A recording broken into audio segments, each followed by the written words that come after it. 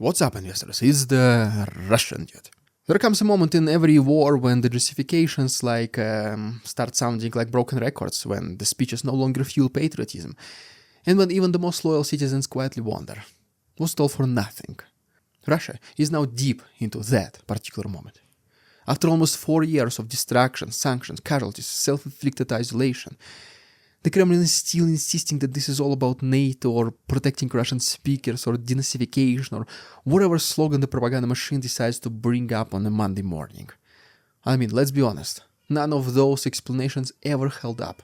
None of them match the actions we see right now on the ground. None of them explain why the Russian leadership reacts with a fire and fury to imaginary threats, while remaining completely indifferent and silent to real ones. Finland, for example, joined NATO, then Sweden joined NATO, and that's it. Moscow responded with nothing. Not a single mobilization, the real one, not a single red line cross statement, not a singular nuclear countdown, nothing, just silence. So then what is the truth? Why does Putin keep fighting a war he cannot win at a cost Russia cannot afford, for goals he even cannot articulate consistently? The uncomfortable answer for him is that this war has very little to do with geopolitics anymore. It has everything to do with survival. Not national survival, of course, but personal one, his own. Because the moment this war stops, the entire system Putin built begins to collapse under its own weight. The lies fall apart, the illusions crumble, the public wakes up, and people will start asking the one question the Kremlin fears the most. Why did all of this happen in the first place? From day one, the Kremlin framed the invasion of Ukraine as a defensive measure, a preemptive strike, a noble crusade to save the motherland from NATO expansion. Yet, strangely enough, when NATO actually did expand, not hypothetically but literally right on Russia's border, well, the Kremlin did not even flinch. Finland's entry doubled Russian border with NATO literally overnight. Sweden, a military powerhouse in its own right, followed suit then. And Moscow they just shrugged. And by shrug, I mean they delivered a couple of unenthusiastic statements on TV, at least to show some kind of response, and then immediately went back to advertising contract enlistment bonuses. 5 million rubles if you sign right now, today. Does that look like government genuinely afraid of NATO? And how about the supposed humanitarian angle? The claim that Russia needed to protect Russian speakers from Kiev's oppression. I mean, then why destroy their cities? Why deport them to regions where nobody speaks even their language? Why flatten Mariupol, bomb Kharkiv and force families out of their own homes? Why turn their lives into rubble and then act surprised when those same people begin hating Russia with every fiber of their existence? Because none of this was ever about NATO. None of this was ever about protecting anyone. These were narratives designed to buy time, confuse the public, and justify an invasion that even Russia's own elites did not fully understand. And now those narratives have aged like spoiled milk. They no longer convince anyone. They barely even convince the speakers on state television, who stumble through their lines like bad actors in a soap opera. So why does the war still continue then? Because Putin has maneuvered himself into a position where stopping is more dangerous than continuing. The mess he created cannot survive the moment peace arrives, and he knows that better than anyone else. Let's talk about it in more details in our next chapter.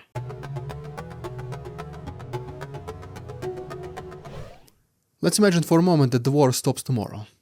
Not victory parade, no liberation of Kiev, no triumphant anthem echoing through to the Kremlin walls, just silence. What happens then? Veterans return home, wounded, traumatized, angry. Families begin asking where their sons are. Villages where every third house has a black ribbon on doors starts demanding explanations.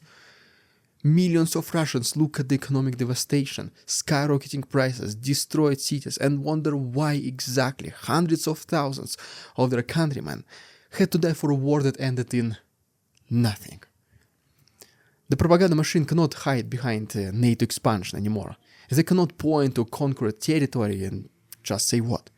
They cannot package the defeat as a victory because the reality will be too visible, too widespread, too painful. Putin understands this. If the war ends without a clear win, he stands alone in front of 140 million people whose lives he has permanently damaged. The moment he announces peace, he also announces accountability, and authoritarian regimes do not survive accountability, they collapse under it. This is why Putin cannot stop. Not because he believes Ukraine is a threat, not because he fears NATO tanks in St. Petersburg, I don't think they'll ever be there as he says, but because his own political survival hinges on dragging this conflict out for as long as humanly possible. The war itself is his bunker, his shield, his excuse. As long as the war continues, everything can be blamed on it. Every economic failure, every social crisis, every scandal, every tragedy, all of it becomes just because of this special military operation, guys, so we need to suffer together. And the war and the excuses evaporate. Just economy alone collapsing will be one of the most devastating blows to the regime. You can put the economy on military tracks easily, but you cannot so easily put it back under normal conditions. Let's talk about the economy in our next chapter.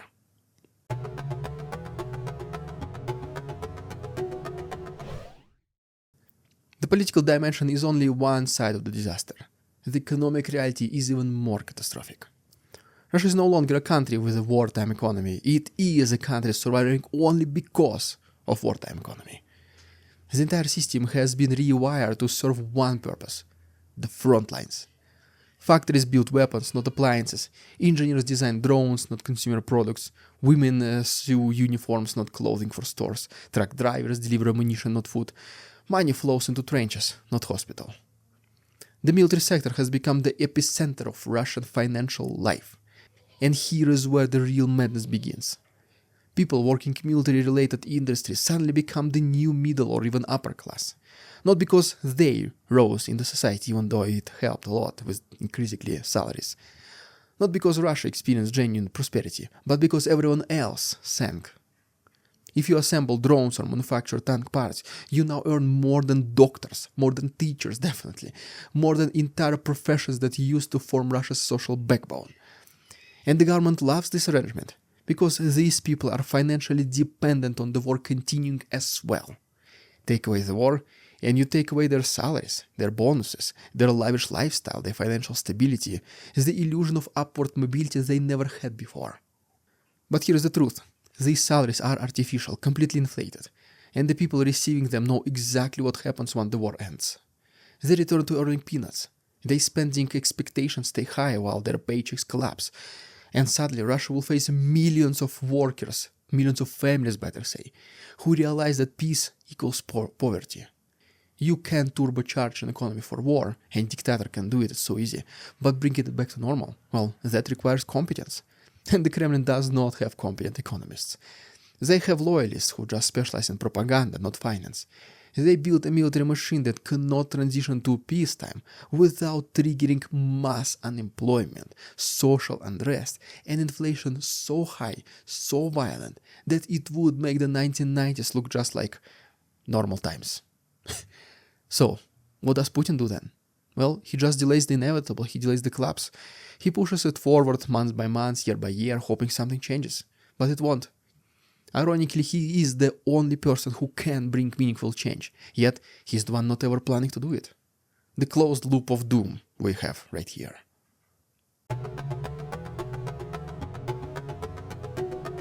Here's the paradox that defines Russia today. Putin cannot win the war and he cannot end it. He is trapped in a disaster entirely of his own making. Every day of fighting buys him just a little bit more time, a little more silence from the public, a little bit more room to suppress questions. But every day of fighting also deepens the hole Russia is digging for itself. More casualties, more sanctions, more economic degradation, more internal pressure. Even if Russia gains some territory, what then? So why? Would that justify the hundreds of thousands dead? The exodus of millions, the destruction of cities, the ruined future? Would that magically restore the economy? Would it erase the pain? Of course not. Territorial gain is not victory, not in this war at least. Victory would require restoring normal life in Russia, and that is something the Kremlin no longer knows how to do. Putin needs the war to continue because the war is the only thing holding up the illusion that Russia is stable, unified, and strong. But deep down, every single person knows that this illusion breaks the moment the guns fall silent.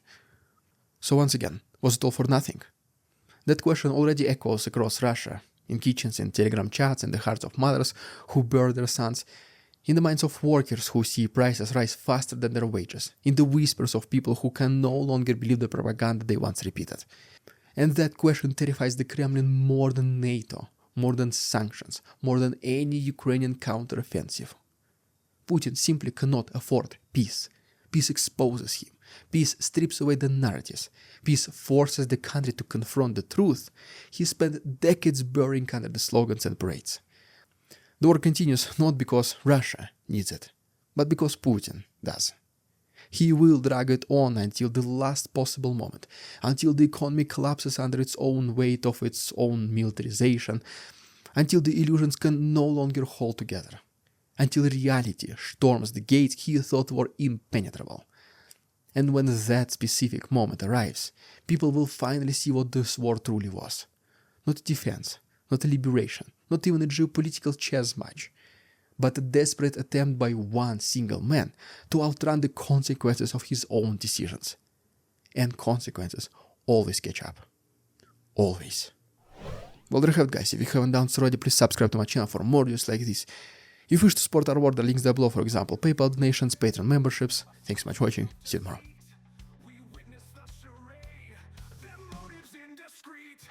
We won't succumb to their tricks, the facade they try to sell.